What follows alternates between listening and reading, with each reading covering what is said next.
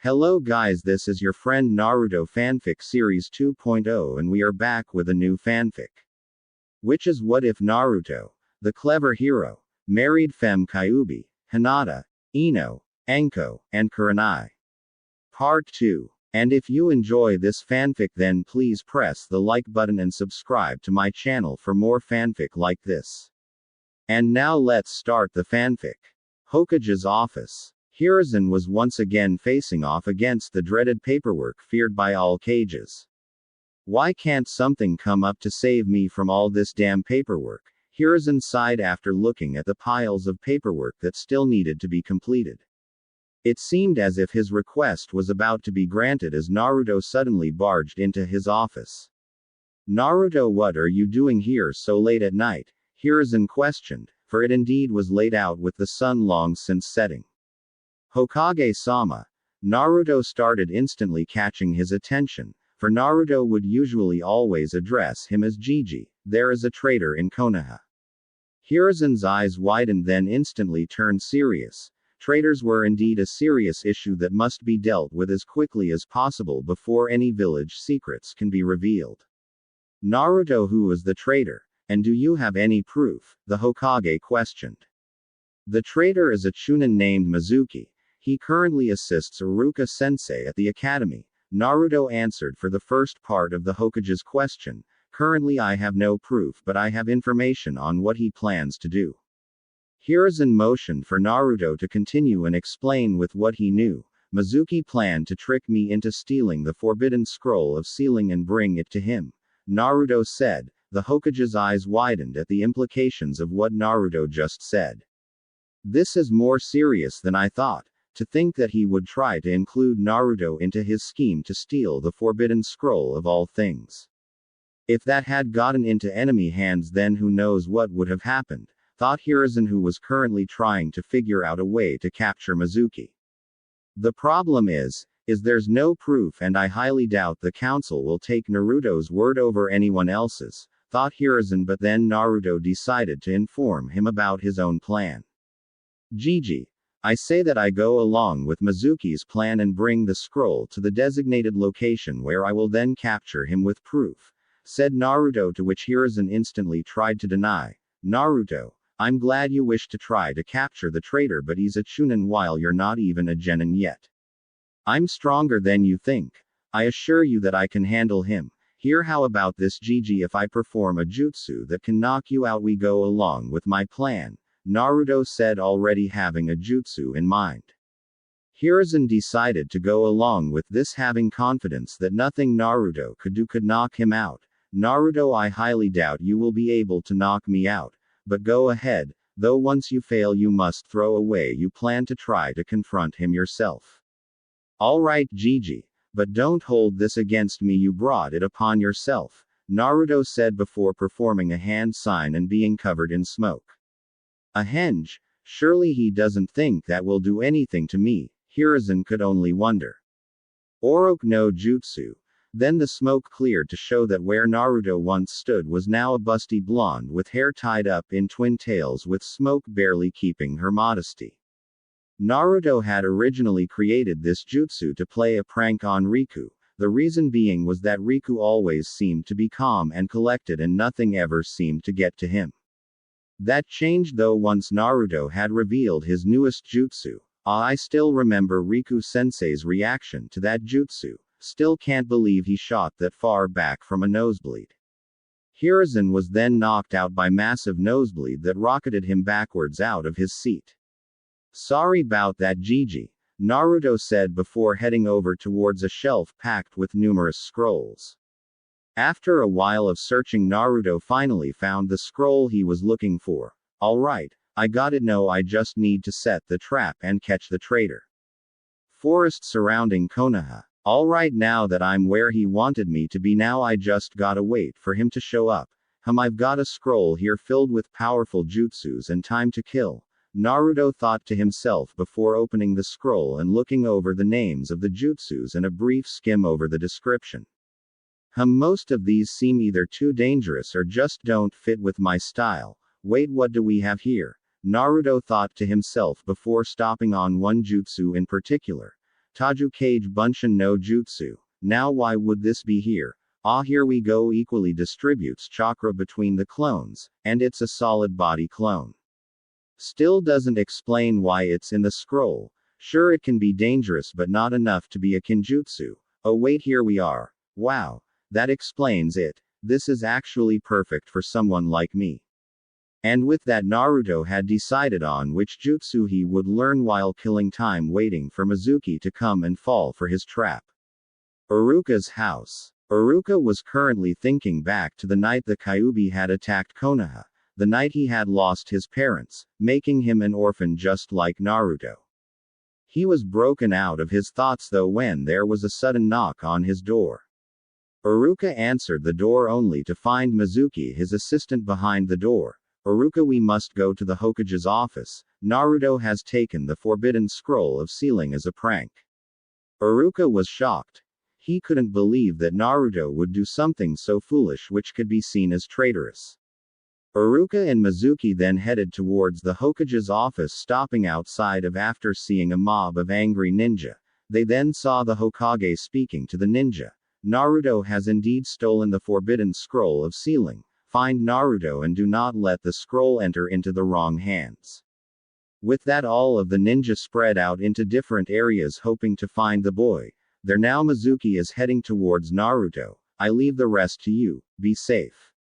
Iruka then headed towards the woods in hope to find Naruto, while Mizuki decided to spread the news and then make it seem like Naruto ran off with the scroll. Forest outside Konoha. Naruto had long since mastered the jutsu and was currently waiting for Mizuki until he felt a familiar chakra signature heading his way. I guess it's been reported that I've taken the scroll, but how the hell did Iruka-sensei find me? Shit, this could ruin the plan. Ha! I've found you, Iruka said when he appeared in front of the boy. Iruka, now's not the time, get ready. Iruka raised an eyebrow at Naruto's response before he heard the sound of something cutting through the air. Iruka was about to push Naruto out of the way, but instead he felt himself being pulled along with Naruto being pulled out of the way. Impressive dodge, the attacker said, identifying himself. Naruto, give me the scroll. Naruto decided to play along for a little more as the dobi in hopes of having Mizuki reveal his plans to both him and Iruka, giving him enough proof. WW, what do you mean, Mizuki-sensei? WW, why did you attack Iruka-sensei? Don't give him the scroll, Iruka said while glaring at Mizuki. That scroll is filled with dangerous jutsus. Mizuki used you to acquire it. Good job, Iruka-sensei. Now I don't have to worry about him trying to figure out what's going on, Naruto thought before looking back at Mizuki. Naruto, there's no point in you having it, Mizuki said with a smirk. How about I tell you the truth? Iruka's eyes widened at what Mizuki was about to reveal to the young blonde. Mizuki, don't. Do you remember how 12 years ago the Yondaime Hokage defeated the Kyuubi? Mizuki asked. Kyuubi? Why is he bringing up the Kyuubi now of all times? Well, since that day a law was made by the Sandaime Hokage. A law centered around the Kyuubi, Mizuki said, his smirk turning maniacal. The law states that the truth of that night 12 years ago was to never be revealed to the younger generation, but mainly this law was to keep the truth away from you. Truth behind the attack? What the hell is he going on about? Why would there be a law to keep the truth from me? Were the frustrated thoughts of Naruto, not seeing where this was going. The truth is, even though the Yondaime was powerful, he could not defeat the Kyuubi, Mizuki said with glee, taking sick entertainment in how he was about to ruin the boy. Wait, couldn't be defeated? Then what happened? Why did the attack stop? Instead, the Yondaime Hokage had to seal the Kyuubi into an infant, Mizuki said, almost about to reveal the most well-kept secret in all of Konoha. Sealed in an infant. Wait, he couldn't mean. But then all those glares and that night, it's all starting to make sense. The Kyuubi was sealed into you, Naruto Uzumaki. You are the Kyuubi, Mizuki said while shouting the last part. Naruto was shaking, making those around him thinking he was shivering in fear or disbelief. But both were wrong, he was shaking with pure anger. How dare they? The reason they hate me is because the Kyuubi is sealed inside of me. Don't they know that doesn't make me Kyuubi but the seal that holds it back from killing all of them? How dare they?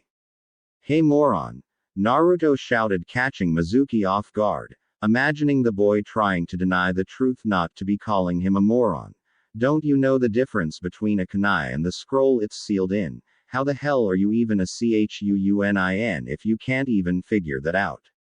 Iruka was proud of Naruto for not letting the truth get to him and make him spiral into depression. Mizuki on the other hand was furious. How dare this demon insult and humiliate me? I'll make him pay. Mizuki then took the Fuma shuriken off of his back and threw it at Naruto. Iruka was about to cry out Naruto's name and put himself between the shuriken and his student, but he was in for a surprise when Naruto twisted his body to the side in a split second, dodging the giant shuriken with barely any difficulty. Is that all you got? If so, I restate what I said earlier. How the hell are you a Chunin? Naruto calmly questioned, igniting Mizuki's rage even further. Mizuki then charged at Naruto and was about to punch him right in the side of the head, but again Naruto dodged it in a split second with Mizuki's fist hitting nothing but air. You really are slow, you know that, Naruto said as if pointing out the obvious. Here, let me try now. With that, Naruto did exactly as he said and proceeded to take his turn, which in fact was a straight punch hitting Mizuki right in the middle of his chest, making him be sent flying back and crashing into the trunk of a tree. Don't tell me that's all you could take, Naruto said, feeling slightly disappointed, expecting more of a challenge. Mizuki then pulled himself back up, all the while glaring at the boy who seemed to be mocking him. I will never let a demon like you defeat me.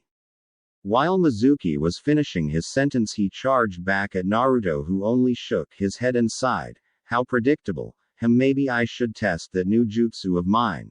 The irony to defeat him with the jutsu that he indirectly allowed me to learn. Naruto then brought his hands into a strange hand sign that had the index and middle finger of both hands forming a cross. Taju Kage Bunshin no Jutsu, and with that a massive amount of smoke covered the clearing. The smoke cleared, what they saw made both Iruka and Mizuki go slack-jawed and wide-eyed, for the clearing was now filled with hundreds of Narutos, all sporting a somewhat sadistic smirk in Mizuki's direction. Mizuki was currently only having one thing run through his head right now: oh shit. Hey Mizuki Tem. No matter how much damage you can do, I will always deal you the same damage 1,000-fold, shouted all of the Narutos before charging at Mizuki. The battle, to sum it up in short, would be described as a massacre, for Mizuki ended up being brutally beaten up by all of the Narutos, making him end up bruised black and blue with bumps all over his body. Hokage's office. Hiruzen had long since been watching over the battle between Naruto and Mizuki. Impressive, Naruto. Not only did you learn a technique that is easily Junin level, but you could create so many clones. Then again, you are an Uzumaki. An Anbu then entered his office bringing him news. Hokage-sama, we have found the boy. We are about to go and retrieve both the boy and the scroll. Don't. Hiruzen said, surprising the Anbu. The problem has been solved and Naruto will soon be returning with the scroll. Guide him to my office. With that, the Anbu then vanished, heading towards the boy to bring him to the Hokage as ordered. Forest outside Konoha. Iruka was currently staring at his favorite student as he was grabbing both the scroll and Mizuki and bringing them both over to Iruka. Hey, amazing Naruto. You never cease to impress me. To create so many clones, all of them solid no less. Iruka then started to remember how Naruto would always state how he would become Hokage and surpass all the previous Hokages. Hey Naruto, come over here, I want to give you something. Naruto put both Mizuki and the scroll down and walked in front of Iruka. Close your eyes, he said, with Naruto doing just that. Naruto felt something brush up and wrap around the top of his head above his blinder. Okay, you can open your eyes now. Naruto opened his eyes to see Iruka's face, but this time he saw something different. Iruka now lacked the usual headband that was always on his forehead. Naruto then brought a hand up to his forehead to feel the cold metal of a headband. Naruto's eyes started to tear up and he rushed at Iruka, hugging him. Thank you, Iruka-sensei, Naruto said, trying to stop himself from crying. The reason he was about to cry was even though he was usually laid back, he indeed did wish for a family, to which Iruka seemed to fill in as his older brother. Alright Naruto, let's head back. I'm sure Hokage-sama is worried. Also we need to return the scroll and bring in Mizuki, Iruka said while glancing at both the scroll and the traitor.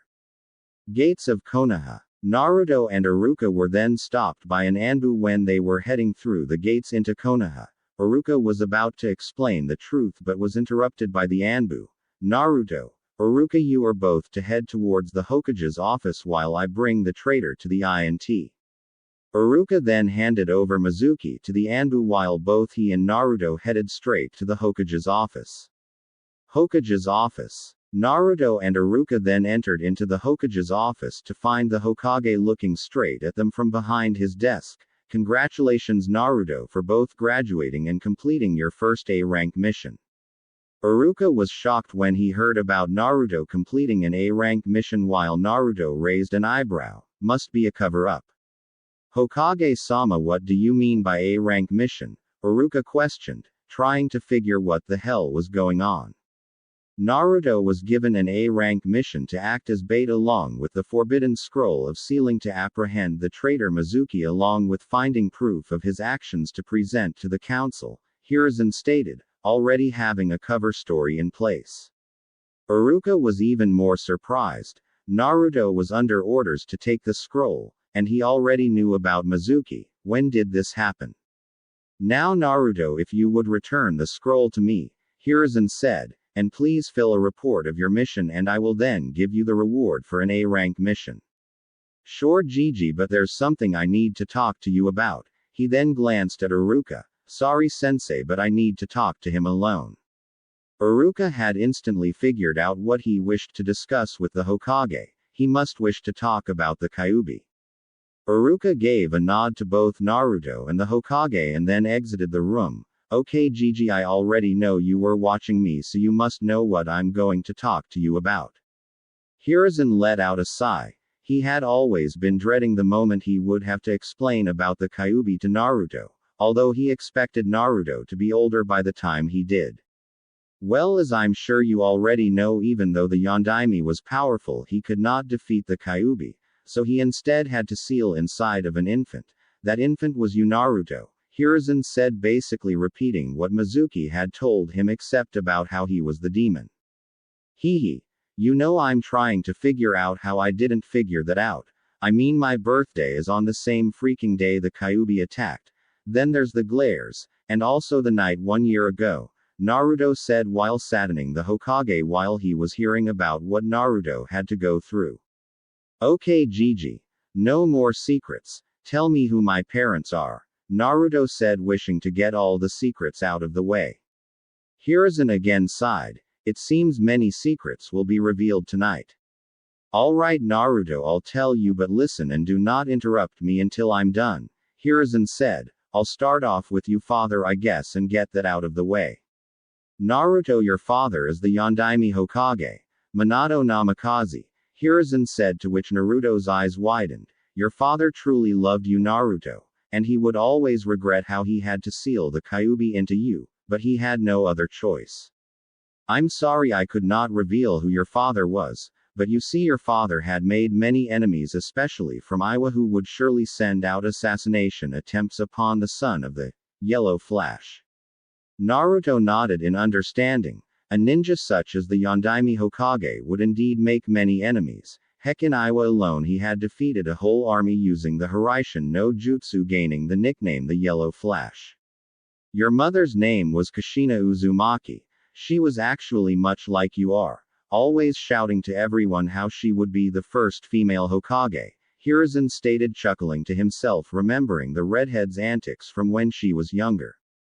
She's actually the last Uzumaki from a hidden village named Uzushiogakure. She later became the Kyuubi's second container after another Uzumaki named Mito Uzumaki, the wife of the Shodaime Hokage. The Hokage said, revealing that Naruto was actually not the first container of the Kyuubi.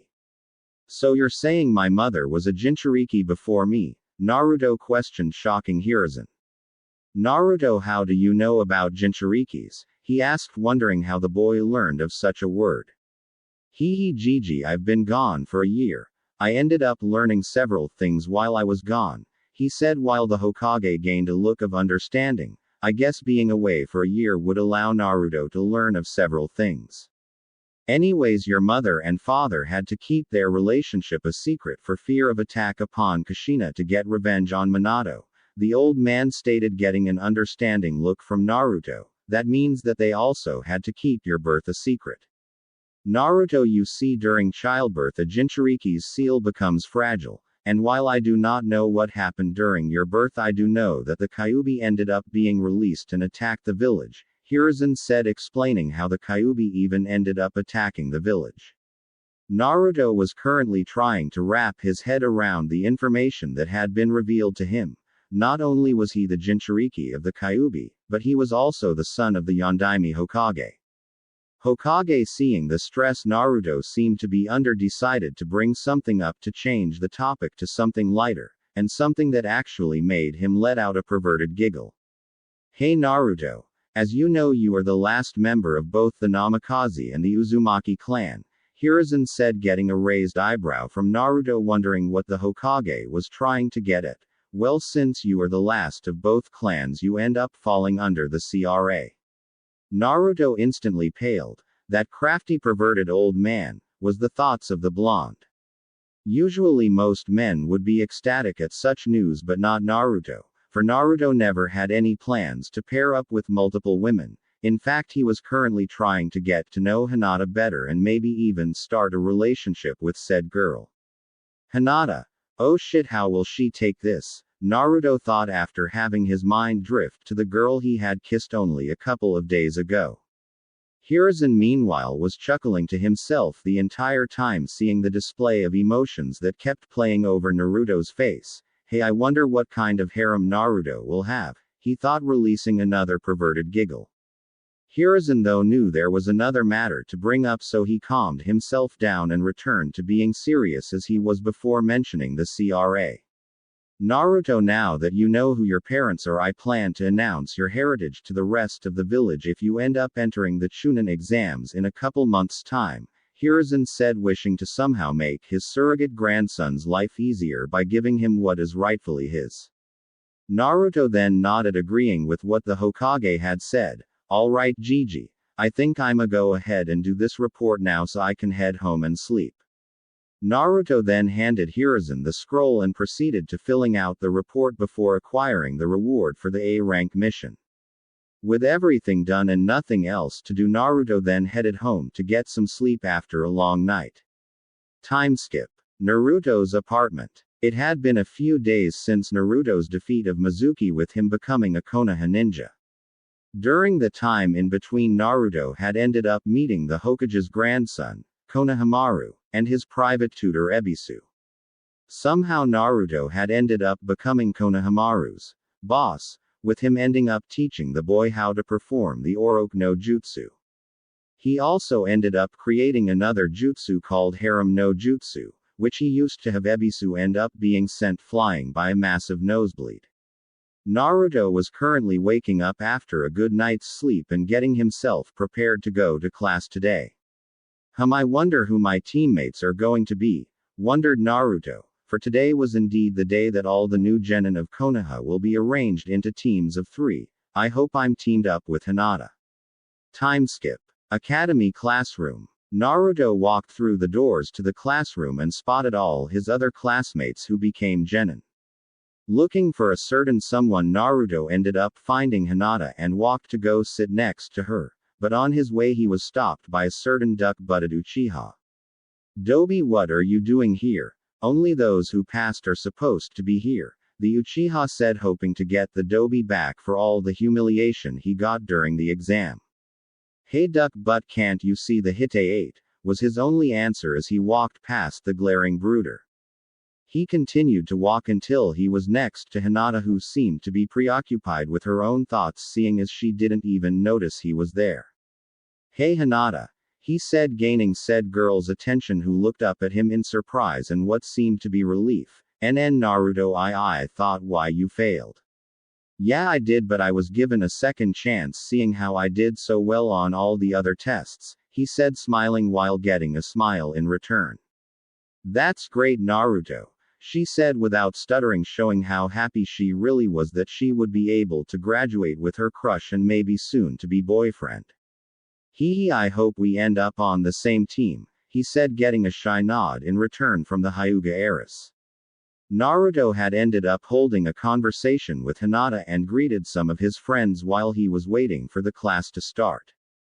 Finally, after a few minutes, Iruka walked into the classroom. Okay, class, starting today. You are all finally real shinobi of the village, although you are all currently genin.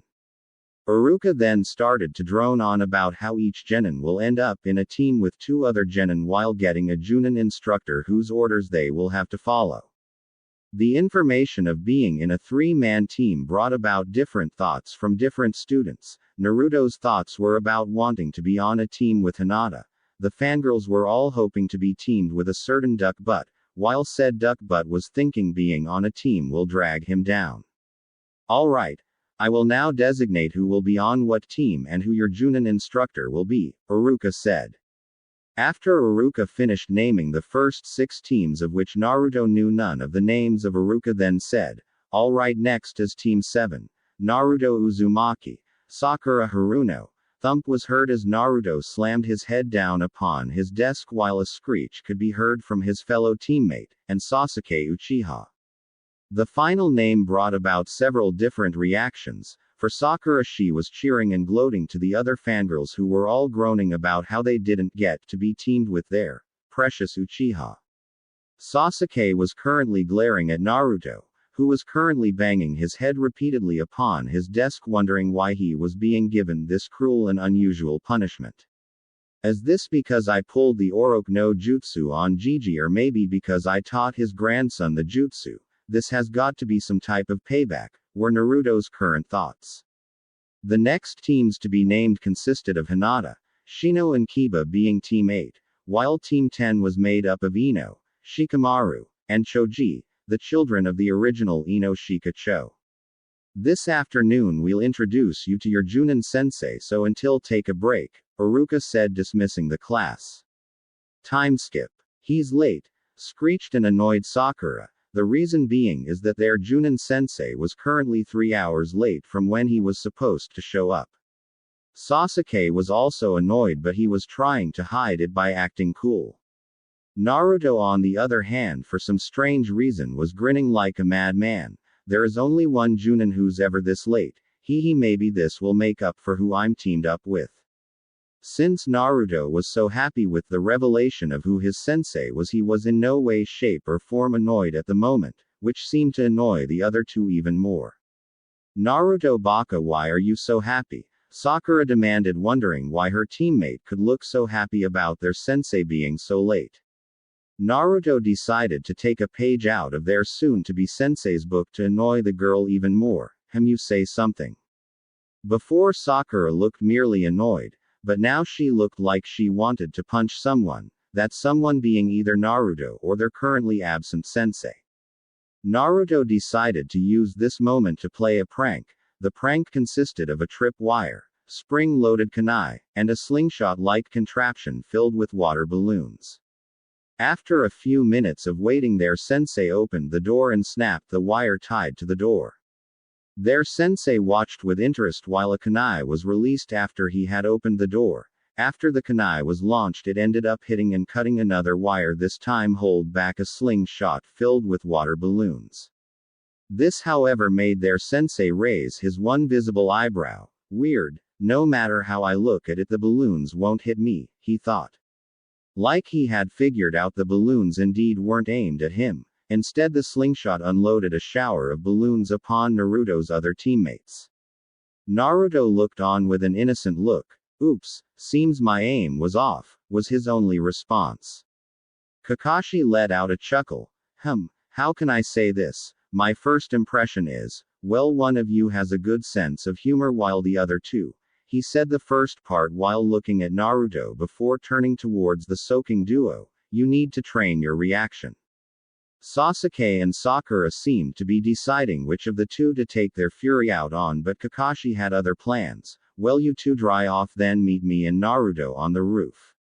Academy roof. Naruto's now dry teammates had just arrived to the roof after drying themselves. Seeing this, Kakashi decided to get started. Well, let's begin with introductions. What do you want to know? Sakura asked. How about your likes, dislikes, your dreams, and your hobbies? Kakashi answered. Sakura then asked, why don't you start with yourself first? Okay then. My likes and dislikes are none of your business. My dreams, and I have a lot of hobbies, he said, getting a sweat drop in return. Sakura and Sasuke's thoughts were along the lines of, he only told us his name, while Naruto was trying to stop himself from laughing. So Pinky, why don't you go now? Said Kakashi, with Sakura gaining a tick mark at the nickname. My name is Haruno Sakura. The things I like. She glanced towards Sasuke while blushing. And dreams for the future. She took another glance at Sasuke. What I dislike are Naruto, Baka and Ino Pig, she said while screaming out the last part. Finally, my hobbies are. And she ended with a final glance towards Sasuke. Naruto and Kakashi gained a sweat drop while gaining the same thought. Great, a fangirl. She's going to end up a liability most likely. Okay, you next, duck butt. Kakashi said while changing his focus to said duck butt. Sasuke gained a tick mark but didn't show any other emotions, probably trying to keep up the cool act. My name is Uchiha Sasuke. I don't really like anything, while I dislike many things, he said this part while allowing a brief glare at Naruto. My dream, no, my goal is to restore my clan and kill a certain man, he finished. So an Avenger, Kakashi thought while Naruto's thoughts were along the same line. Now finally you, the one on the right, he said while Naruto's teammates completely missed how Kakashi didn't give him a mocking nickname. My name is Naruto Uzumaki. My likes are ramen and my precious people. My dislikes, well, I'll keep that to myself. My dreams are to become Hokage. And finally, my hobbies, I guess, would be pranks, he said while not revealing much. He also got a glare from his teammates at the mention of pranks. He seems mature then from a year ago, except for the pranks, were Kakashi's current thoughts. So in the end it's a fangirl, an Avenger, and an enigma. Right now to Kakashi, Naruto was a mystery. He had no idea how the boy could have changed over the year and seemed to be keeping that information to himself while the other two basically stated what kind of person they are. Well, more like showed what kind of person they are for Sakura's case. Alright, that's it for the introductions. By tomorrow we will start our shinobi duties, Kakashi said when he finally got focus out of his thoughts. What will we be doing tomorrow? Naruto asked, truly wondering what is in store for him tomorrow. Well, tomorrow we will begin with survival training, he said, getting the interest of all three of them. Why is our first duty training? Sakura asked. We've already had enough training at the academy. Naruto could only cite to himself. Academy training, not something that will last us, hopefully she will learn that. This time is different, Kakashi said. This time I will be your opponent. If you fail though, you will be sent back to the academy, he said while giving all of them a serious look. Also, there is a 66% chance of failing, and if you fail you will be sent back to the academy. This got several different reactions. For Sakura, she voiced her reaction, but we already passed the genin exam. That was only to see who had a chance to become a genin. This is the real test though, Kakashi stated, showing no emotions. For Sasuke, he was glaring at Kakashi while his thoughts were along the lines of, I cannot fail, I am an elite Uchiha, and I will not let anything hold me back from killing him. While Naruto's thoughts were more calculative, so 66% chance of failure, so 2/3 chance of failing, while all of us have a 1/3 chance of passing and there's 3 of us. I think I see where this is going, but I need more information. Something is being left out. Oh, by the way, I recommend you to skip breakfast, otherwise you might throw up, And with that said, he left, leaving the three genin alone. All three of them left the roof with their own thoughts while heading home to wait for tomorrow. Bell test and wave. Training ground. Sasuke and Sakura were currently at the training ground waiting for their other teammate and sensei. It had already been 2 hours since they were supposedly meant to meet up but there was not a sign of either. After a few more minutes of waiting, one of the two had finally shown up, to which Sakura decided to reprimand for being late. Naruto baka, you're late. Naruto could only raise an eyebrow. You do know that Kakashi is late for everything by about 3 hours, right? He asked, only for both his teammates to develop a twitch upon their eyebrow, giving him his answer, guess not. A minute another Naruto arrived with a bowl of ramen in his hands, which was then grabbed by the Naruto that had shown up first. Finally a nice bowl of ramen in the morning. Naruto baka. Kakashi-sensei told us not to eat, Sakura said while accusing the boy of disobeying orders. Actually, he didn't, he said. Before Sakura could refute back, he continued, he recommended us not to eat, he didn't say we weren't supposed to. With that he dispersed his clone, and to his surprise he gained memories of him going to Ichiraku's ramen and ordering the ramen. What just happened? Did I just gain the memory of my clone?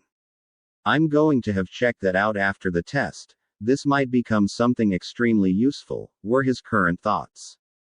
With another hour of waiting, Kakashi finally showed up and his eyes fell upon the trio he was about to test. Yo.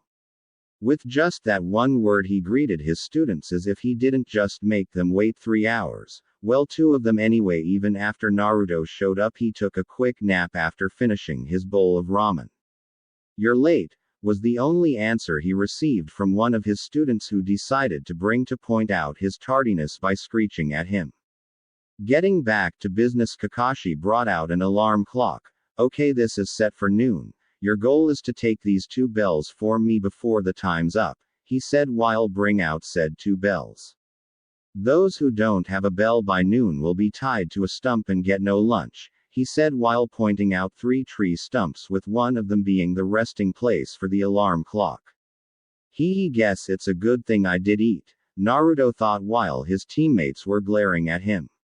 All you have to do is take 1 bell, but if you fail to take a bell you will fail and be sent back to the academy, Kakashi said with a serious look on his face.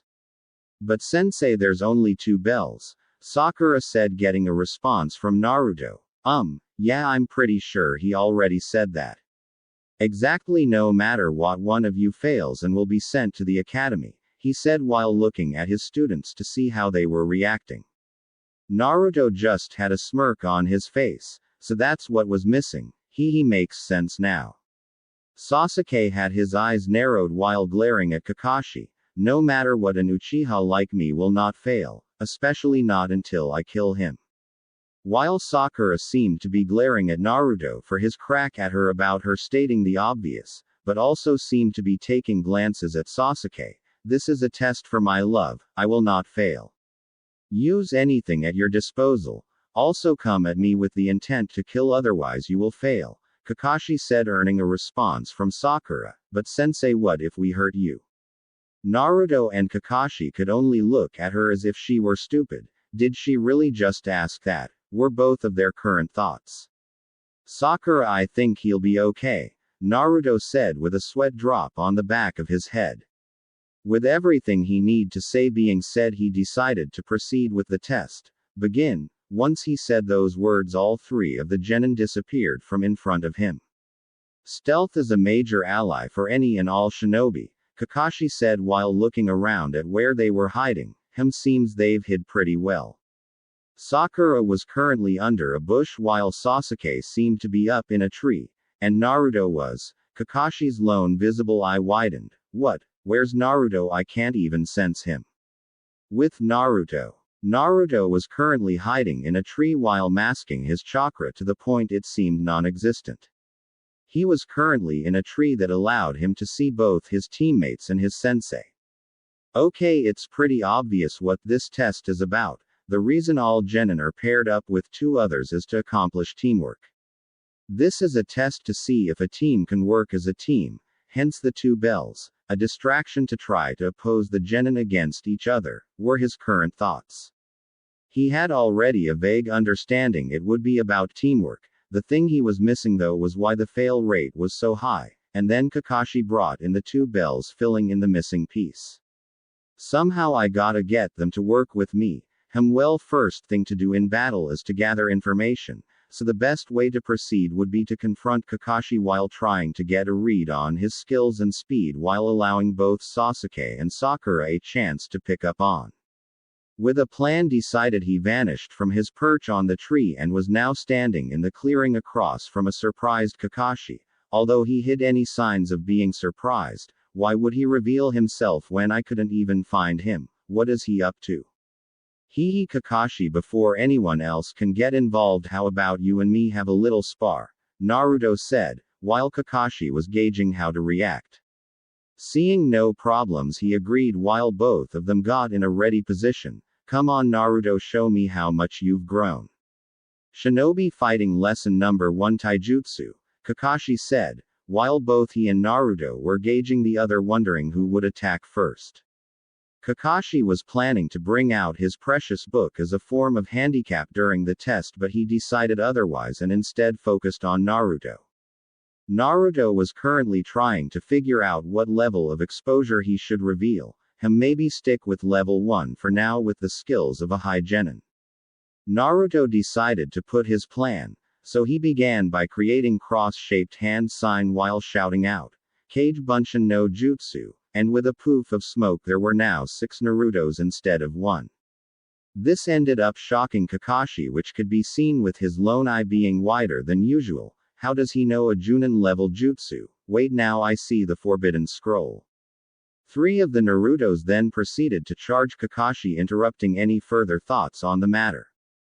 2 of the clones went for a roundhouse kick from both the right and left side, aiming for his chest and head, making Kakashi duck down only to position himself for the oncoming uppercut, which would have hit if Kakashi hadn't bent backwards to dodge it.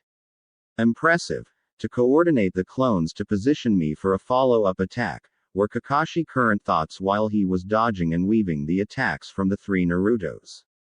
Kakashi decided he has had enough and dispatched 2 of the clones by catching oncoming kicks from both directions and slamming them into each other, making them burst. He then dispatched the third one by dodging the incoming punch and chopping him on the back of the neck. 3 down, now there are just the 2 others in the original. Not back Kakashi.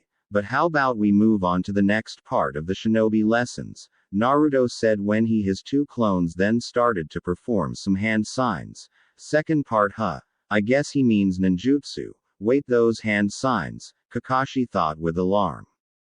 Naruto then proceeded to shout out the name of the jutsu. Futon. Glitter Storm. Wind Release. Glitter Storm, and with a gust of wind all the leaves around Naruto were then blown towards Kakashi at alarming speeds. Again impressive, he's using his surroundings to his advantage, in this case the leaves from the trees. Kaden. Hausenka no Jutsu. Fire Release. Phoenix Immortal Fire, Kakashi called out before he blew out multiple fireballs to destroy the leaves before they could reach him, while creating a wall of smoke blocking both sides from viewing each other. Finally, when the smoke was cleared, Kakashi found himself standing alone in the clearing with Naruto returning to his hiding spot. He used the smoke to his advantage, but why did he challenge me in the first place? Unless, it seems he not only figured out the meaning of the test but also acted as a true shinobi should. Now to see if the other 2 picked up on what Naruto was trying to show them, Kakashi thought while glancing at his other 2 students. Sasuke was currently glaring at where his teammate once stood. How is the dobi that strong? Well, no matter, he's still no match to an Uchiha like me. While Sakura was trying to find Sasuke and seemed to barely have paid attention to the fight at all. Sadly, it seems neither of them picked up on what Naruto was trying to hint to them. Now that I've tested Naruto, I guess it's about time to test the other 2, Kakashi thought before he disappeared from the clearing. With Sakura. Sakura was still looking for Sasuke, but then she heard something behind her. Turning around thinking it's Sasuke, she was surprised to see the face of her sensei with an eye smile behind her. Yo. Kakashi then dissolved into leaves that then started to rotate around Sakura with her falling into a hypnotic state. Then all the leaves disappeared with Sakura snapping out of it. Wah, what just happened? She said while looking around her. Sakura. She heard from behind a bush. To her excitement she recognized the voice as Sasuke. She then ran towards and around the bush shouting out, Sasuke-kun. What she saw though was an injured Sasuke leaning against a tree with multiple kunai and shurikens sticking out of his body with one leg twisted in a way it shouldn't be and an arm that was cut off. Sakura, help me. Kyaa was heard throughout the training ground as Sakura proceeded to faint. Kakashi was currently observing how the girl had fallen under his genjutsu. Maybe that was a bit too much. Her record said she was at the top of her class though, he mumbled to himself with a sweat drop. With Sasuke. Sasuke became alert at the sound of the scream that flooded throughout the training ground. That scream. Shinobi fighting lesson number 2 genjutsu. Sakura fell for it pretty easily, Kakashi said from behind Sasuke while he was leaning against a tree. Genjutsu huh? Yeah, she would fall for that, but I'm not the same as them, Sasuke said. He seems so sure of himself. Well, let's see what he can do, Kakashi thought while he was studying the Uchiha. And why do you believe that you're so different? I mean, Naruto seemed to fight pretty well. Sasuke glared at the mention of the Dobi's name. I don't know how the Dobi was able to do what he did, but I am an Uchiha. I am the elite of the elite. There is no way a Dobi like him could compare to me. Kakashi could only sigh and shake his head at the bold act of arrogance. That arrogance will get him killed if he always thinks of himself superior to everyone. Sasuke then bent down and pulled out several and tossed them towards Kakashi, who proceeded to dodge them easily. But it seemed it was never the Uchiha's plan to hit him with them, for instead they ended up hitting a rope that then released many knives right in the direction of Kakashi, a trap. Kakashi again dodged, this time into the air, while all the knives passed by him and impaled themselves in a tree. The moment Kakashi landed, he was then greeted with a kick from behind delivered by the Uchiha, which Kakashi then blocked before it could hit him. Then he grabbed his ankle, locking him in place. But it seemed Sasuke wasn't done yet, as he threw a punch at Kakashi's head while his foot was still trapped. Once again though, the attack was useless as it was caught in the free hand of Kakashi, who was then assaulted by another kick from the Uchiha's other foot. Kakashi ended up crossing his arms while still holding on to the Uchiha's limbs to block the oncoming overhead kick. It seemed though it was all a distraction though for Sasuke's real plan, as he then tried to grab the bell with his free hand. Seeing this, Kakashi let go off Sasuke and jumped back out of his reach while Sasuke could only touch the bell just barely. I'll admit that was pretty impressive. He was even able to touch one of the bells, were Kakashi's current thoughts. Kakashi though was in for another surprise as Sasuke started to perform a set of hand signs ending up on the tiger hand sign. He then reared his head back while puffing up his cheeks in preparation for the jutsu. Kaden. Gukaku no Jutsu. Fire release. Great fireball technique, he thought in his mind while he released the jutsu in the form of a giant fireball heading towards Kakashi. What? Kakashi said while his thoughts were, a genin shouldn't have enough chakra to perform that jutsu. The fireball then hit where Kakashi was standing, leaving a crater in the ground, but there were no signs of Kakashi. He's gone. In the air? No. On the sides? Where is he? Below you. Sasuke heard from below him, answering his thoughts while Kakashi's hand shot up from the ground, grabbing his ankle. Doden. Shinju Zanshu no Jutsu. Earth release. Double suicide decapitation technique. With a yell, Sasuke was dragged into the ground up to his head while Kakashi was squatting in front of him looking down upon him. Shinobi fighting lesson number 3 ninjutsu. I'll admit he was pretty good for a genin, but he still has a long way to go, Kakashi thought while he was walking away from Sasuke. but I have a feeling that Naruto still has more to offer. With Naruto had been watching the confrontations between his team and his sensei, trying to gauge the strengths and skills of both sides. It seems like the fight with me and Sasuke surprised and interested Kakashi, but he still has yet to reveal his Sharingan. But Sakura. Naruto decided he had gathered enough information and decided to try to get his team to work as one to overcome this test. Now who to start with? On one side we have an arrogant Uchiha who would rather die than work with someone and see them as an equal, and on the other we have a useless fangirl. I wonder if it's too late to try to get different teammates, Naruto thought while sighing at what his team was made up of. It seems that Sakura is waking up now. I guess I should try to get her to team up first before she does something stupid, and also seeing as the Uchiha can't go anywhere, Naruto thought while chuckling to himself about the last part.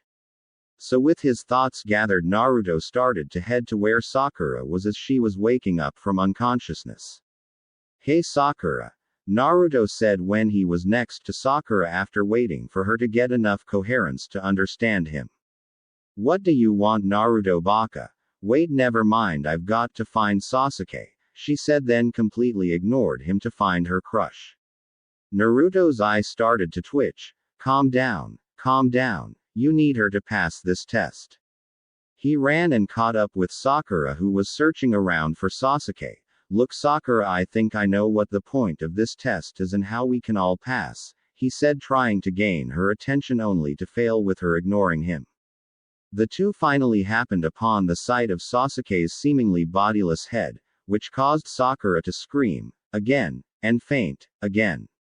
While that was happening, Naruto had watched on. This may be harder than I thought. So Naruto decided to try his other teammate who was trying to figure out a way to free himself. Hey Sasuke, I think I know a way to pass this test. Quiet Dobi. I don't need your help, Sasuke said while not even looking at him.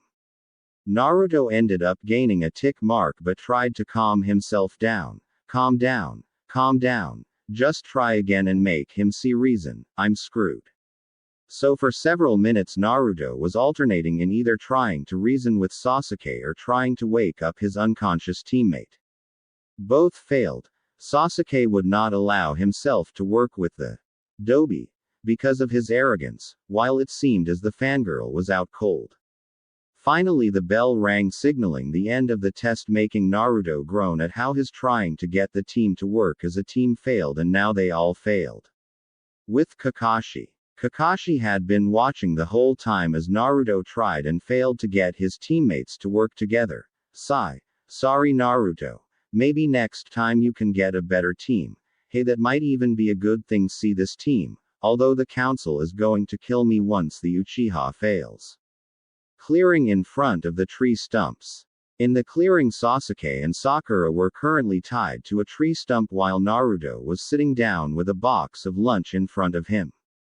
Well, about the training, it seems like only Naruto will have to go back to the academy, Kakashi said to the group. Sasuke immediately got a smirk. Hey, it seems like the Dobi is still a dead last, unlike me who is an elite.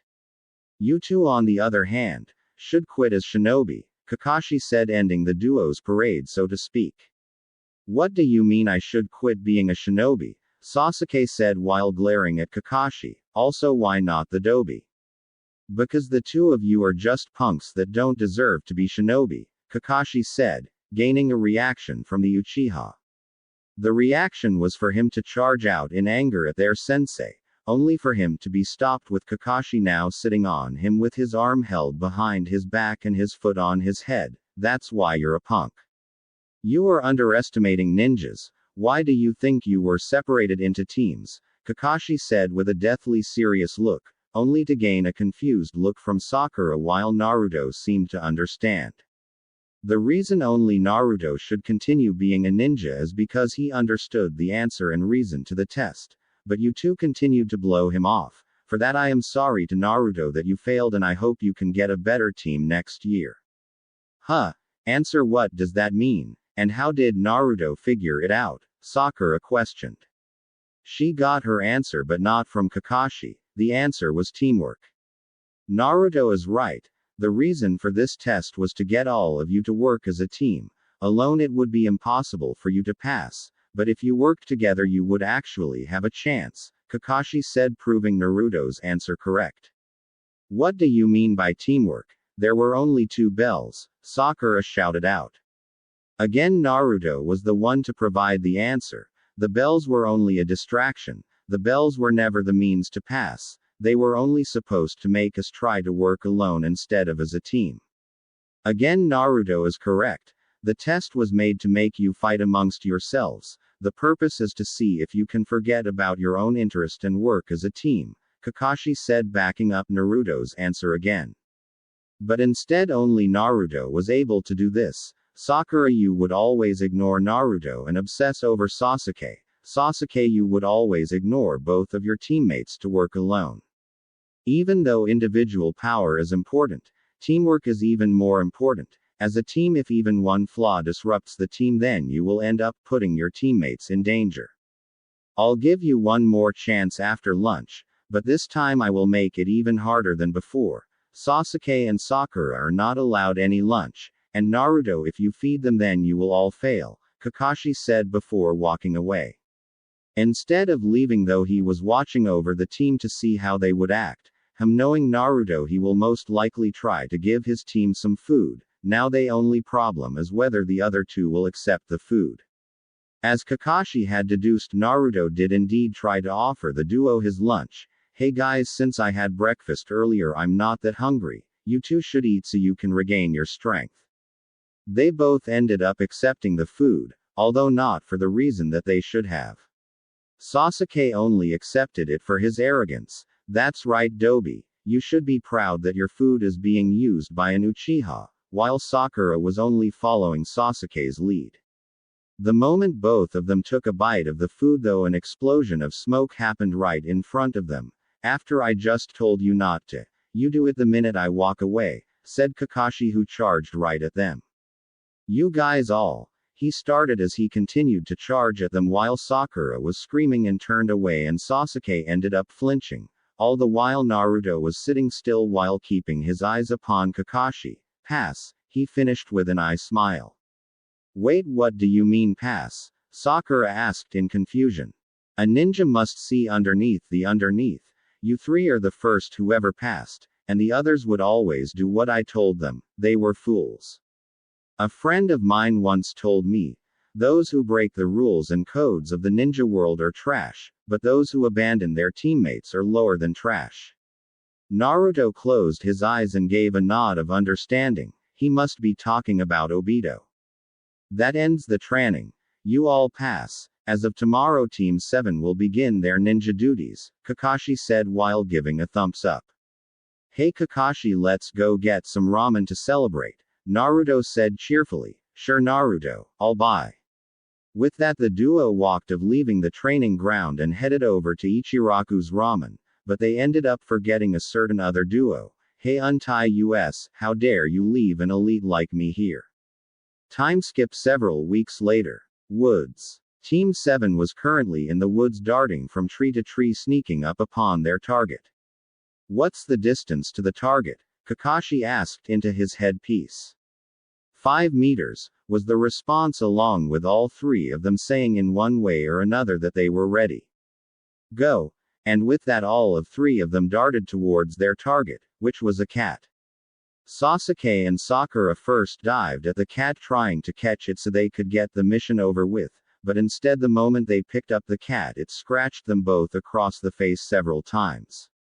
Then all of a sudden there was a shadow behind the cat that then lashed out and grabbed the cat. Kakashi then came over to the group to make sure it was the right target and came upon the sight of 2 of his teammates glaring at the cat that was currently purring in delight while being petted by one Naruto Uzumaki. Ribbon on the left ear. Yup, this is Tora, Kakashi said while inspecting the said ribbon before he lead his team back into the village to report the mission a success.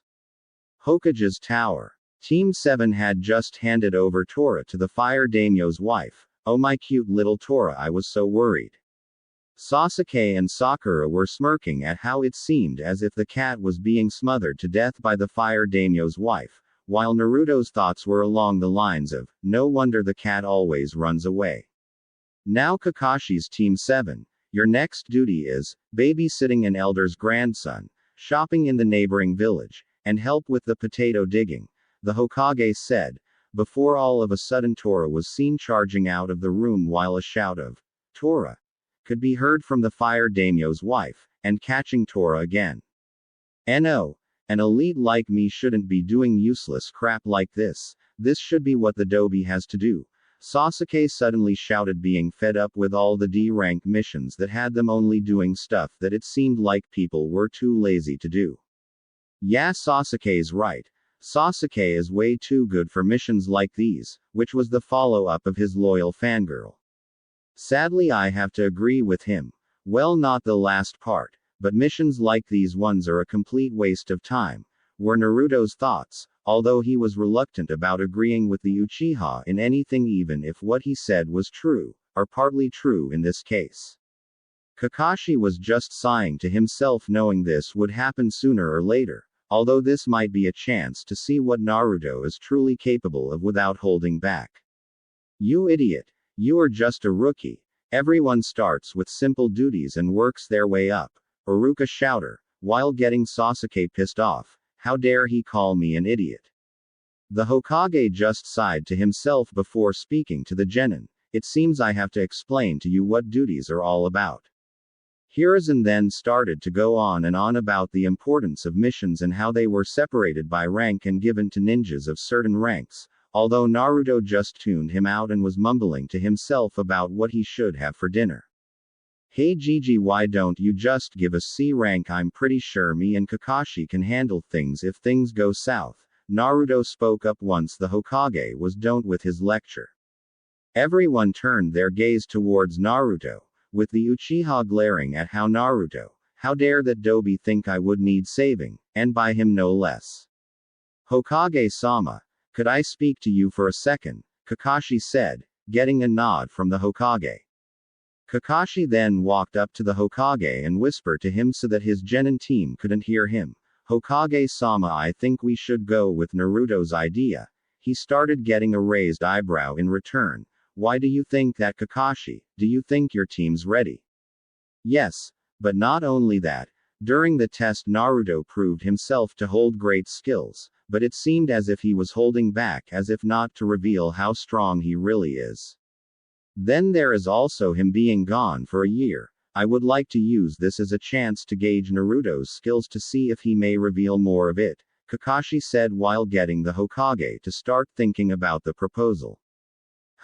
I would have to agree with Kakashi. I would also like to see what Naruto's learned over the year. Maybe this will give us a chance to find out what happened. Alright. I've decided, he said loud enough for the genin to hear. I'll give you a C rank mission. It's a protection mission of a certain individual.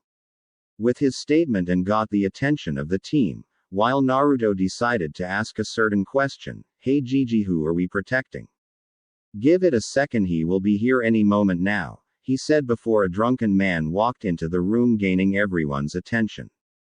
What's this? They are all a bunch of brats. One of them even has a blindfold on, he said with a while drinking a bottle of sake. How dare you call an Uchiha a brat? Sasuke said while being backed up by his fangirl. Sasuke's right.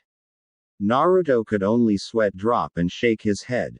Don't worry, sir. Even with this blindfold I am still aware of my surroundings. This caught everyone's attention. Now they thought about it. How could he get around so well while wearing the blindfold? Kakashi decided to ask. Naruto, now that I think about it, how are, as you put it, aware of your surroundings?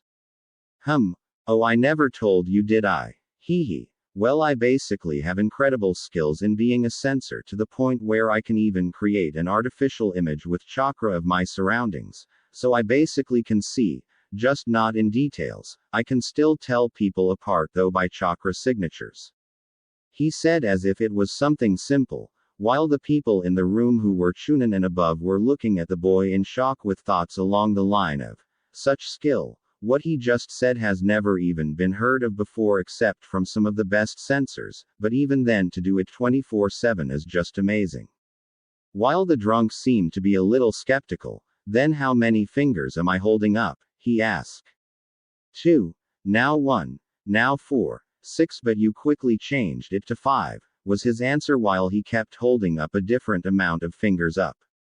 Wow, that's pretty neat. I think I'm gonna like this boy, he said while letting out a cheerful laugh. Aw, sorry, haven't introduced myself yet. The name's Tazuna. The Hokage watched the little scene with amusement while he was also a little impressed. In just a few minutes he's already on friendly terms with the client, a client that was looking down upon him too. Well, like I just said, I am Tazuna, a super expert bridge builder, and I need protection until I get back to my country and complete the bridge, Tazuna said while turning serious. Just outside Konoha. The group had just made it outside of the gates of Konoha and was now heading along to their destination, but all the while they were being looked upon by two shadows. Any chatting was mainly done between Naruto, Kakashi, and Tazuna, until Sakura decided to ask Kakashi a question with something to do about if there were any ninjas in Wave. Naruto mostly just tuned it out while Kakashi went on about how Wave didn't have any ninjas while other countries did and how their customs were different. Then he went on about the 5 major shinobi villages, and the different cages. But, don't worry, you won't encounter any ninjas, this is only a C rank mission, Kakashi said while ending his lecture, although when he said this Tazuna seemed to be unusually serious, catching Naruto's attention. The group then saw a puddle in front of them, although Kakashi and Naruto were able to figure it out with just a glance that it was a genjutsu, although Naruto had to sweat drop at the caster's stupidity. Who are they trying to fool? It hasn't rained for a while now. Naruto gave Kakashi a questioning glance out of the corner of his eye, only to get a small shake of the head that looked barely even noticeable. From what I can sense there's 2 ninja about Chunin level, although just barely. Hey, the 2 were completely dominated by Sasuke, who may be talented for a genin, is still just that a genin, while the 2 of them were Chunin. The group then walked past the puddle, and finally when Kakashi had just passed by the puddle the 2 Chunin released the genjutsu and charged at Kakashi while wrapping him up with the razor chain connecting the 2. If you read the manga or watched the anime you know what they look like, so I'm not going to explain them, nor will I explain how anyone from canon looks unless I do something original with them. The people of the group who did not know of the 2 were immediately surprised by their appearance, as Kakashi also acted shocked. 1 down, and with that the 2 yanked on the chain and ended up ripping Kakashi to pieces. The duo then charged towards Naruto while one of them saying, 2 down. Naruto could only shake his head. Idiots, probably thought I was an easy target because of the blindfold. Naruto had to figure out what to do though. He couldn't just immediately take them both down because then they would never find out who their target was, so he decided to just dodge the chain they tried to wrap around him while giving them a clear path towards Tazuna. Now if they are after us then they will keep after me, but if they are after Tazuna, then this will seem like the perfect chance for them, Naruto thought, while glancing towards Kakashi out of the corner of his eye to see if he was ready to protect their client if he was indeed their target. Just as he suspected, they turned away from him and headed straight towards Tazuna. The old man has some explaining to do. Just before they could reach the bridge builder though, the duo were caught and knocked out by their Junin sensei, allowing everyone to see that instead of pieces of his body lying around they saw it was chunks of a log. Tazuna-san, Kakashi said, getting a stuttering response in return. What is it? These 2 are Chunin-ranked shinobi from Kurigakure. Kakashi then told the group how he had found out about the Chunin lying in wait along with Naruto, gaining a glare from Sasuke at being outdone by the Dobi. He then went on about how he needed to find out who their target was when Tazuna asked why he faked his death. We haven't heard there were shinobi after you. Our mission was to simply protect you from bandits and gangs. This has now become at least a B rank mission, now that there are ninjas after you. I'm sure you have reasons, but this could cause problems when you lie about mission details. We are now operating outside of our duties, Kakashi said. Unknown location. You failed, was the shout of a little man towards a shirtless man with bandages wrapped around his mouth who was currently sitting down. I spent a lot of money to hire you because I heard you were skill ninjas. The man he was shouting at though lifted up his giant sword and pointed it straight at him, making the short man sweat nervously. Quit you bitching, this time I'll go and kill them. Are you sure? The short man asked. They hired some shinobi, and now they will be more cautious. Who do you think I am? The masked man said while narrowing his eyes. There's a reason I'm called the devil of the hidden mist, Momochi Zabuza. Surprises in Wave. Outside Wave. Sensei. I want to talk to you, Tazuna said to Kakashi. It's about this mission. You're right, this job is most likely outside of your duties. It turns out that a super dangerous man is after my life, Tazuna continued, revealing to the group what is really going on. Super dangerous man? Kakashi asked while narrowing his eye at Tazuna. Who? You've probably at least heard his name before. The wealthy shipping magnate, a man named Gedu. At this revelation, Kakashi's eye ended up widening. Gedu, as in Gedu Company, he's said to be the world's few extremely wealthy people. Yes, officially he runs a large shipping company, but secretly he sells drugs and other illegal items using ninjas and gang members to take over businesses and countries, the bridge builder said while confirming Kakashi's question. It was about a year ago when he set his eyes on the Wave country. Through money and violence he took control of the shipping industry, Tazuna said while explaining why Gedu was even involved. Gedu now has a monopoly on all business traffic in the country. The only thing he fears now is the completion of the bridge. No wonder the old drunk's his target. He's the only thing in his way. This could even make Gedu desperate to have him killed. Who knows what we might end up facing, were Naruto's thoughts upon the matter at hand. But, what I don't understand is if you know ninjas could be after you, why did you hide that face when you hired us? Kakashi questioned, wondering what the man's reason was. The Wave country is super poor. Even the feudal lord has no money. Of course we don't have enough money for an expensive B-rank mission, Tazuna said, revealing the reason. Well, if you quit the mission now, I will definitely be killed, but don't worry about it. If I die, my cute 10-year-old grandson will just cry for a few days. Oh yeah, my daughter will be sad for the rest of her life, hating the Leaf Village ninjas forever, but it won't be your fault, not at all, Tazuna said while laying down the mother of all guilt trips. He's trying to guilt trip us, crafty old man, Naruto could only think with a smirk on his face. He then took a glance to see Kakashi slumped forward with his visible eye twitching while he was speechless. Well, I guess we have no choice. We will protect you at least until you get back to your country, Kakashi could only say, while Tazuna's thoughts were along the lines of, I win. On a boat. Team 7 was currently on a boat heading towards Wave, and at this moment they could see the bridge that was being built by Tazuna. The group could only look in wonder how huge the bridge was, while also being alert for anyone who may be hostile, well except for Sakura, who was currently taking glances at Sasuke with a blush on her face. The boat continued until they reached a rundown dock out of sight, but they had finally reached Wave. Okay. Get me home safely, Tazuna said while the group started to head towards said home in the direction of the village. Kakashi was currently giving out a dejected sigh at the thought that their next opponent will probably be a ninja of Junin level. Kakashi and Naruto's attention was immediately drawn to a rustling bush though, with Naruto disappearing only to reappear a second later, coming out of the bush while holding a white rabbit by the scruff of its neck. Naruto then glanced towards Kakashi, both immediately catching onto the color of its fur. In a tree above the group a shadow was lurking while looking down upon the group, its attention drawn towards the Junin of the group.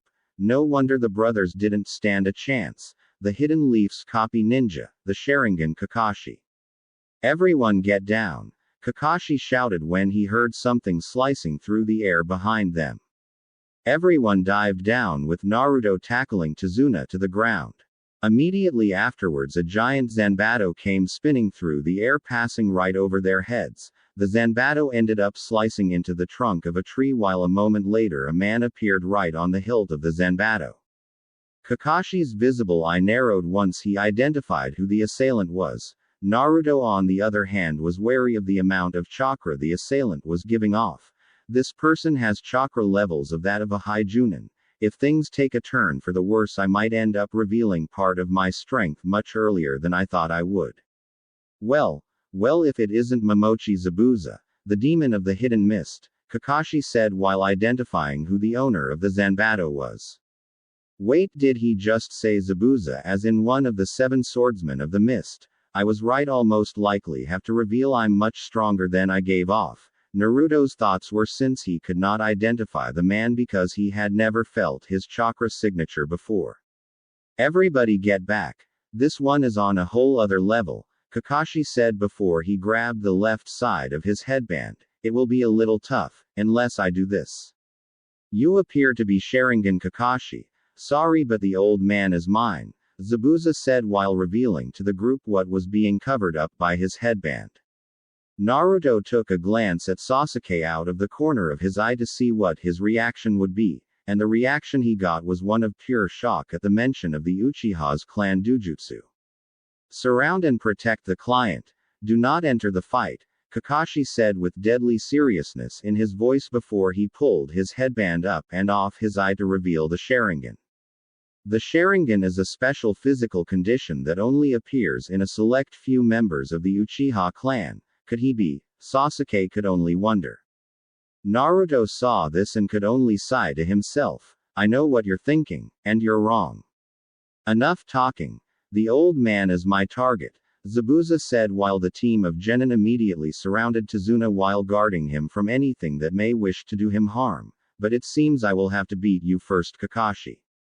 After he said this he jumped off his Zanbato while pulling it out of the tree and strapping it to his back. He then proceeded to land on the water. Ninpu. Kurigakur no Jutsu. Ninja Art. Hidden Mist Jutsu. The area was then covered by a thick layer of mist making it nearly impossible to see. Kakashi then decided to speak up. He'll come after me first. Momochi Zabuza as a member of the Hidden Mist, he was known as an expert in silent killing. 8 choices: liver, lungs, spine, clavicle vein, neck vein, brain, kidneys, and heart. Which one should I go after? A voice said, sounding as if it came from all directions. Sasuke was sweating like crazy under the killer pressure being released. I can't take it. I'd almost rather die now and get it over with, he thought while he slowly started to bring his kunai up to his neck. Before anything could happen though, 2 fingers grabbed the kunai, stopping him from moving it any further. He then heard a chuckle beside him. Relax, or is this too much for an elite Uchiha? Looking to the side he saw the smirking face of one Naruto Uzumaki. He then gave off a weak glare. How is the Dobi not affected by all this killer intent? That's right, there's no way an elite like myself should be worried if the Dobi seems fine. Naruto had his own thoughts at the moment though that had nothing to do with the Uchiha. Damn, all this mist is messing up my sensing ability. Especially with all the chakra in the mist. Wait, all the chakra has to be coming from somewhere, so if I can follow it to the source, shit. Not a second later Zabuza appeared in the middle of all 3 of them and in front of Tazuna. It's over. He tried to take a swing with his Zanbato only to be knocked back towards Kakashi. Looking back at what had hit him, all he saw was the genin with the blindfold standing near where he just was with his foot extended. Did that genin just push me back? Impossible. He then looked down to see a kunai being stabbed into him from Kakashi, who had used the chance when Zabuza was knocked into him, but instead of blood only water was dripping out. Behind Kakashi another Zabuza appeared and sliced him in half, only for him to disperse into water just as Zabuza's clone had done moments ago. No way. In this mist he still copied it, Zabuza thought in shock. Then behind him he heard the voice of Kakashi say, "Don't move, it's over." But to everyone's surprise, instead of giving up, Zabuza started laughing. You don't get it. There is no way you can defeat me with you imitations, but it was impressive. You had your Bunshin stand guard while you waited in the mist. Nice plan, but I'm not that easy. The last part Kakashi had heard behind him while the Zabuza in front of him revealed itself to be another Mizu Bunshin. The real Zabuza then performed a wide horizontal swing trying to slice Kakashi in half, only for Kakashi to duck under the swing. Zabuza then lashed out with his right leg, which Kakashi blocked only to be sent flying into the water. Zabuza then appeared behind Kakashi while performing a set of hand seals, Hey Fool, Suiro no Jutsu, Water Prison Jutsu. Kakashi was then contained in a ball of water, making it impossible for him to escape. You tried to escape to the water, big mistake. Now that I have you, I'll take care of them. Mizu Bunshin no Jutsu, Water Clone Jutsu, and out of the water emerged a perfect replica of Zabuza. Crap, he was stronger than I expected, and now I'm trapped, Kakashi thought while worried about his genin team. Sigh. Well, I guess it's time I fight. Might as well use the Keyblade, Naruto thought while he focused on his hand, which was gripped as if it was holding something. Zabuza's clone then charged straight at them with the intent to kill, and complete his mission. Just brats, the real Zabuza said while observing the genin team. Take Tazuna and run. You have no chance of beating him and he can't move while I'm TRAPED. The Mizu Bunshin can't go very far from his real body, just run, Kakashi shouted out towards the group, hoping to not have to lose anyone else. The clone was about to swing his sword at the target in front of him, which happened to be Naruto. What the clone didn't see was the smirk on his face. With a flash of light, Naruto disappeared from the clone's sight only to reappear behind it, with the clone having a diagonal gash across his chest. The real Zabuza could only watch in shock at how the genin had defeated his clone in a split second. Impossible. Even though that clone wasn't as strong as me, it still should have been strong enough to deal with those genin. He then took a closer look at which of the genin had defeated his clone, only for his eyes to widen. For the one standing there was the blonde genin with a blindfold over his eyes while he was propping on his shoulder what looked like a giant key. That's the same Gaki who kicked me earlier and was able to push me back. I thought it was just a fluke, but now, Zabuza thought while narrowing his eyes upon the enigma. Also, what's with that giant key? Is that supposed to be a weapon? I'll tell you this right now. There is no way some clone will be able to take me on, Naruto said with a cocky smirk that made Zabuza further narrow his eyes, only for them to widen when the Gaki disappeared from next to the bridge builder, only to appear in front of him while he was in the middle of a downward slash. Zabuza had just barely brought his Zenbatto in front of him to block the blow. There is no way a genin should be able to move that fast. Hell, even a Junin would have some trouble. Naruto then started to rain down a barrage of blows towards Zabuza, with him just barely being able to block the blows. Damn, I can't keep this up with just one hand. Not only are his attacks fast, but they're also strong. Zabuza was in for a surprise though when Naruto's next attack was faster than all the rest, making his eyes widen. Damn, are you telling me he was holding back? Zabuza had no other choice but to stop the jutsu that was keeping Kakashi contained as he dodged backwards just out of reach from the attack. Damn, now not only do I have to worry about Kakashi being free, I also have to worry about this Gaki, who probably hasn't even gone all out yet.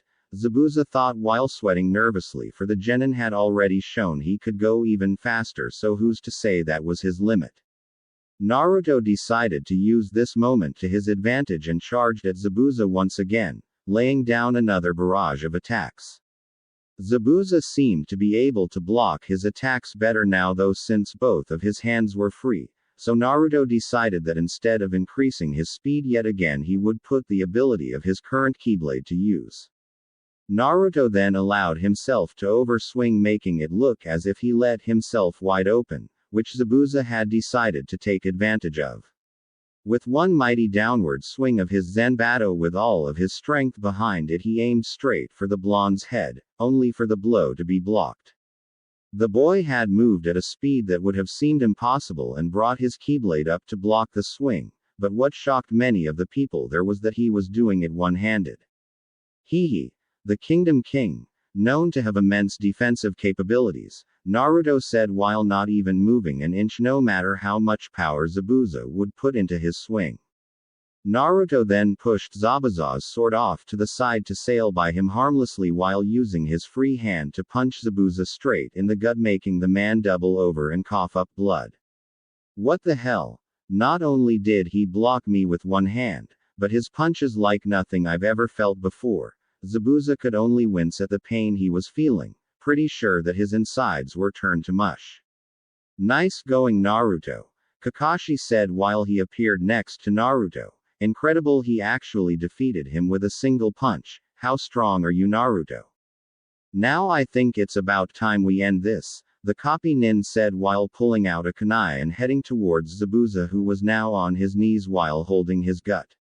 But before Kakashi could end the man's life himself, two Senbon embedded themselves into Zabuza's neck, killing him instantly.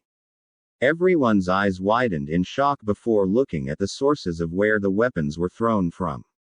They saw a masked figure standing on a tree branch above them, while Kakashi immediately went over to Zabuza's body to check if he was truly dead.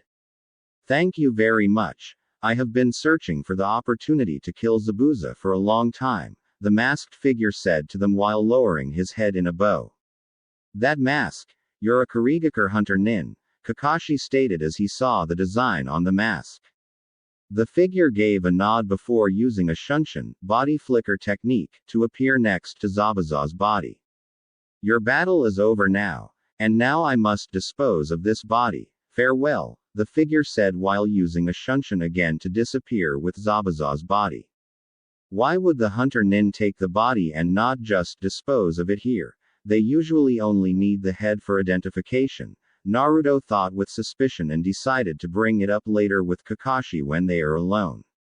Kakashi then pulled his headband back over his Sharingan.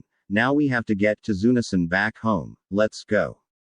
Right after he said this though, he started to fall forward only to be caught by Naruto. Sheesh-sensei, you know how much your Sharingan drains you. Tsuna's house. Kakashi was currently lying in a futon recovering after his battle with Zabuza. Are you alright, sensei? The person who had asked this was Tsuna's daughter Tsunami, who was currently looking after the exhausted Junin. Yeah, but I can't move for a week or so. Kakashi then went on explaining to the group what the hunter nin were, although Naruto had already learned this during his year away. Forest. The hunter nin was currently crouched over Zabuza's body about to take the Senbon out of his neck, only to be stopped by Zabuza himself. That's alright, I'll do it myself. He then proceeded to yank the two Senbon out of his neck. You shouldn't be so rough, you really will die if you pull them out like that. The hunter nin then took the mask off to show the face of a young girl. If I hadn't saved you, you would have died. You shouldn't be able to move for about a week, the girl explained to Zabuza. Will you be alright next time? Zabuza could only sigh at this. If it was just Kakashi I would say yes, but that Gaki, he's strong, really strong, he said while putting a hand over his gut which was bruising up. You're right, he is strong. It actually seemed as if you weren't even a challenge to him, and it also seemed as if he wasn't even going full strength, the girl said, commenting on how the fight looked to her. Zabuza could only nod. You're right. We might actually have to be more on the lookout for him than Kakashi. The two could only think in grim contemplation of what was set before them and their mission. Tsuna's house. Naruto had just entered the room Kakashi had been staying in while recovering from his chakra exhaustion. Kakashi had figured out what it was Naruto wanted to take about once he saw the serious look on Naruto's face, for it was actually something he had been thinking about over the past few days. This is about Zabuza and the hunter nin, isn't it? Kakashi questioned, getting a nod in return. Yes, usually the body should have been destroyed right there and only the head should have been taken, but the hunter nin actually took his body, Naruto stated. Then there's the hunter nin's choice of weapon which was used to dispatch Zabuza, he continued, with Kakashi deciding to speak up. Senbon, they could be used to hit a pressure point to induce a momentary death. So we agree then. Zabuza is still alive, Kakashi said, again getting a nod in return. Kakashi decided to ask a question that had been plaguing his mind since the encounter on the bridge. So, Naruto, do you mind explaining to me how it is you were able to not only fight Zabuza, but also overpower him, and also what was that weapon you used? Naruto let out a sigh, knowing that this topic would eventually come up.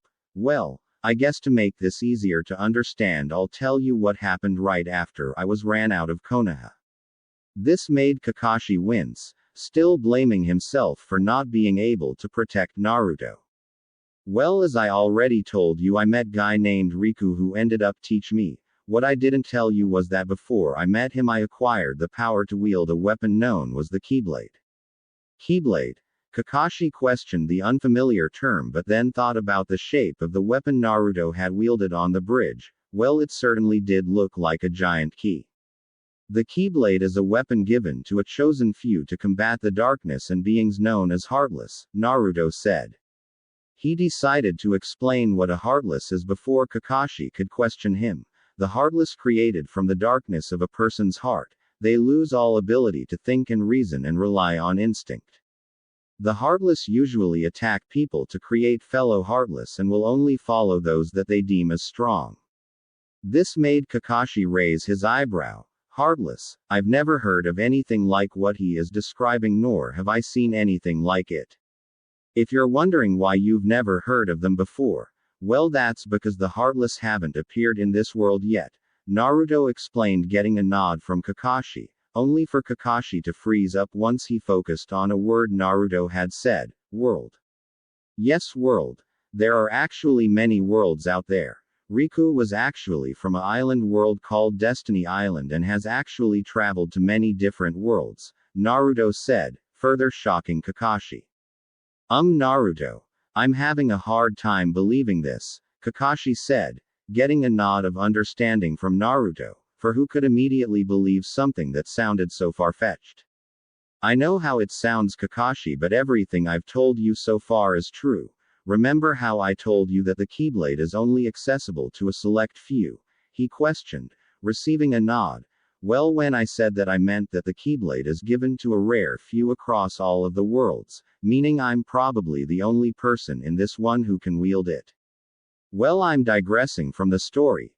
Anyway, after I was swept up by the stream, I found myself in a really weird dream. This dream had me confronting the darkness and also asking what it is I desire. I later learned that this dream was a way of unlocking the power of the Keyblade, with the dream deciding what path I would travel during my life. After the dream, I woke up and found myself in a bed in an abandoned building recuperating from my wound that I had received. This was when I met Riku. I learned that I had been found by Riku, who happened upon me by pure chance, and he ended up bringing me there to heal. The thing is, Riku is also a Keyblade wielder, and he told me he sensed the power of the Keyblade radiating from me, which allowed him to figure out I was also a wielder. He then told me about the Keyblade and the power it would allow me to wield and also how to use it. He then asked me how it was I ended up with the wound I had, to which I told him what had happened, and after hearing this he decided to train me since I had nowhere to go at the time. During the time I was able to master the Keyblade and its power, along with my own skills which allowed me to defeat Zabuza. While Naruto had been talking, Kakashi had been listening without interrupting. His mind though was currently popping up question after question, but one question that was at the front of his mind was, so if he can defeat Zabuza, then how strong is he really? He decided to ask a different question that was also at the front of his mind though. Naruto, when you said powers of the Keyblade, what kind of powers does it give you? Naruto was currently thinking of how much to reveal to Kakashi. Finally he decided what to tell him. Well, there are actually many different forms of the Keyblade. The one you saw me use against Zabuza was called the Kingdom Key. Its ability is an unbreakable guard which I used to block Zabuza's attack in the end. The keyblades are also capable of improving my physical attacks and my jutsus. The kingdom key, for instance, slightly increased my strength while my jutsus were moderately increased. I am actually capable of wielding several different types of keyblades. The kingdom key, however, was the first one I was able to use. The ability of the weapon Naruto had used amazed Kakashi. Not only do they increase his offensive strength, but they can also give him unique abilities. The unbreakable guard ability itself is amazing, since it seems it doesn't matter how strong the attack is. Wait a sec. Didn't he say the kingdom key only slightly increased his strength? But that punch he gave Zabuza looked like it could even match Tsunade-sama's level. Does that mean it was mostly his own strength? Naruto. That's amazing. Why did you hide it during the bell test though? Kakashi could only wonder why Naruto would hold back so much. If he were to use that kind of ability during the bell test, not only could he have been able to get the bells with ease, but he might have also been able to beat me. About that. I'm kinda trying to hide my true abilities, Naruto said sheepishly while scratching the back of his head. This caused Kakashi to raise his eyebrow. Why would you want to hide that kind of strength? Well, first off, I don't know how the village would react if they found out that the demon was capable of this kind of strength, Naruto explained. Then there's also the council. Kakashi immediately understood what Naruto was trying to say. He's right. The civilian councils and the elders always feared him getting stronger. Who knows how they would react? Naruto sighed, knowing that some of his true strength would be revealed to the village though. If it was just Kakashi, I wouldn't have had to worry. But Sasuke and Sakura also saw me. They'll no doubt report to the council. Well, now that that's explained, I guess we should inform everyone else about Zabuza, Naruto said. With Sasuke. Sasuke was currently fuming on the inside. How the hell does the Dobi have that much power? The reason for his anger was how the Dobi completely outclassed him during the confrontation with Zabuza. Not only did he save Kakashi-sensei, but he was also able to push Zabuza back and even hurt him. If it wasn't for the Hunter Nin, then he surely would have defeated him, Sasuke thought to himself. How the hell was he able to do it though? This is the Dobi we are talking about here. Sasuke kept wondering how he was able to do what he did, but then his mind focused on the memory. Wait, he had some type of weapon. Yes, that giant key. He was able to block Zabuza's sword with that. That has to be the source of his strength. I must have it. That has to be it. There's no other way the Dobi could be so strong. I'll demand him to hand it over to me. And if he doesn't, I'll go to the council and have them make him give it to me, Sasuke thought, grinning. Kakashi's room. Kakashi had just revealed to the group, which consisted of his team and Tazuna, of how Zabuza was still alive, while he also explained to them how the Hunter Nin might also be their enemy. Everyone but Naruto's reaction had been shock, with a chill going up their spine. For the man who defeated their sensei and was capable of releasing the overwhelming killing intent was still alive. So now that you know Zabuza is alive, we must prepare for when we confront him again, Kakashi said to the group. Sensei, what do you mean prepare? You can barely even move, Sakura questioned. Hehe. You guys will receive training, was his answer to her question. But sensei, if Zabuza's alive, can't he attack anytime? Should we really be training? She further questioned him. Well, when a person is put into a momentary death, it actually takes a bit before they can return to full strength, so until then we train. All of a sudden a boy walked into the room. Why do you even try? You just going to be killed by Gato. This made Naruto raise an eyebrow. Inari decided he wasn't finished though. If you don't want to die, you should leave. Once everyone was finished talking, Naruto decided to go check on Inari. Once he reached his room though, he heard the sound of crying coming from the room. Taking a look inside, he saw Inari sitting on a desk looking at a picture while tears were flowing down his cheeks. Dad. This made Naruto's eyes soften and he walked away from the room and headed back to the group. Outside. We will now begin your training, Kakashi stated to the group of genin. Today we will work on chakra control. The exercise we will be using is tree climbing. This isn't normal tree climbing though. You will be climbing without using your hands. Seeing the questioning looks from two of his students, Kakashi decided to demonstrate what they would be doing. He then proceeded to climb up the tree as if he were walking on normal ground, making the confused looks turn into surprised ones. Kakashi then proceeded to explain to them how to achieve what he was currently doing, with Naruto mostly ignoring him, already knowing how to do this.